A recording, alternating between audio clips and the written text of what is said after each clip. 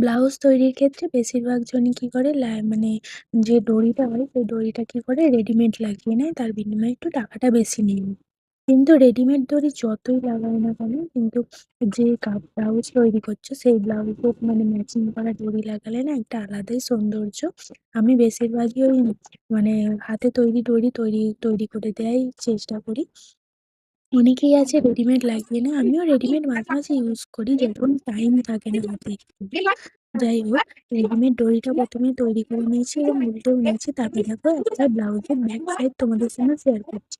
এর আগে আমি তোমাদের এই কাটিং এর ভিডিওটা শেয়ার করেছিলাম এবং বলেও ছিল যে ব্লাউজটায় কোনরকম কিছু ডিজাইন হবে না। একদম পুরো সিম্পল ব্লাউজ হবে এবং এই ব্লাউজগুলোর ক্ষেত্রে যতটা সহজ হয় এবং ভালোও লাগে করতে। যাই হোক দেখো ১ম এ যে সেলাইটা করে নিয়েছি, সেলাইটা করে নেওয়ার পর একটা চাপ সেলাই দিয়ে নিচ্ছি। এইভাবে তোমরা যদি একটা চাপ সেলাই টাইম হাতে নিয়ে যদি ব্লাউজের ফিনিশিং ভালো আনতে চাও তার জন্য একটু হাতে টাইম নিয়ে এরকমভাবে চাপ সেলাইটা দিয়ে দিবে। চাপ সেলাইটা দিয়ে দিলে কি হবে বলো তো? দেখতে অনেকটা সুন্দর লাগবে, ফিনিশিং ভালো আসবে আর কোথাও একটুও সুতো বেরিয়ে থাকবে না। আর যাই হোক আমার এই ব্লাউজ যেকোনো সেলাই করতে, করতে সুতোটা ফট করে কেটে যায়। কেন কেটে যায় তোমরা আমাকে অবশ্যই জানিও। কেউ যদি জেনে থাকো আমাকে জেনে অবশ্যই জানাবে যে কেন এই প্রবলেমটা হয়। আমি অনেকের ভিডিও দেখেছি কিন্তু আমি ঠিকঠাক বুঝতে পারিনি। আর আমি যেহেতু সেলাইও জানি না তাই আমি ম্যাডামকেও জিজ্ঞাসা করতে পারিনি যে কেন এই সুতোটা ফট করে কেটে যায়।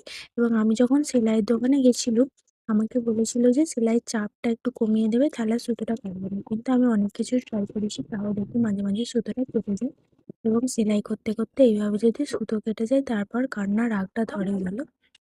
যাই হোক, ব্যাক সাইডটা দেখো আমি উল্টে নিয়ে সেলাইটা করে নিয়েছি। এরপর তলার যে সাইডটা আছে এই তলার সাইডটায় অনেকে কি করে হেম সেলাই দেয়। কিন্তু আমার হেম সেলাই দেওয়ার অত টাইম নেই সত্যি কথা বলতে।